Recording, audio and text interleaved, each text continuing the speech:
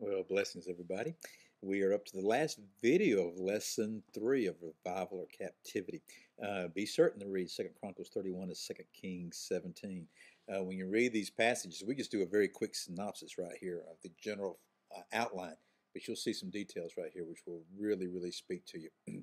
And so what we see right here is there's a contrast that's taking place with Hezekiah. Really, the revival that took place in the south while he was leading, in contrast to what was going on with Hoshea in the north.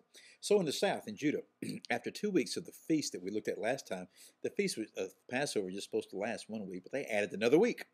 The people began destroying the idols in Judah. Okay, they went out after this time and took their idols and destroyed it. And then the people from Israel actually went back home, the northern kingdom, and went to Ephraim and Manasseh and destroyed the idols there.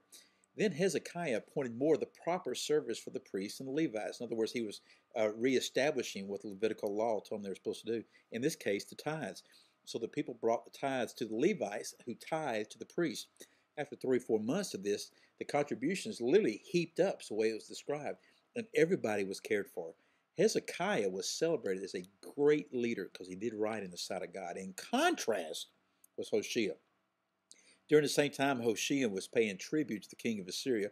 He finally got tired of that and quit doing it, sent to the king of Egypt to help out against Assyria. Well, that didn't work out, and he was eventually imprisoned by Assyria. So it boils down to this. Are we going to choose revival, or are we going to choose captivity? We have a great stark contrast right here. When you actually do the math of the years that we are given, that's the reason it does well to pay attention to these things.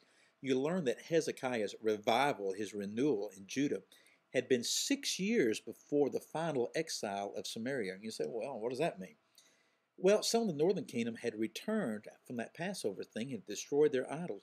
And God had given Hoshea and the northern kingdom a chance to repent and to change. They didn't take the chance. Hoshea was not as evil as the previous kings of Israel, but Hezekiah was the most righteous of the kings of Judah. You see quite a comparison contrast here with the two of them. Now, the bulk of the chapter from verses 7 through 23 tell why the exile come, and it's just a recounting of the long history of sins against the Lord that Israel had committed. So while there was revival in Judah, Israel was taken into captivity in Assyria. Assyria exiled others into Israel. That's what Assyria would do. They would take people out from, say, Israel and put them somewhere else, take the people from somewhere else and put them in Israel.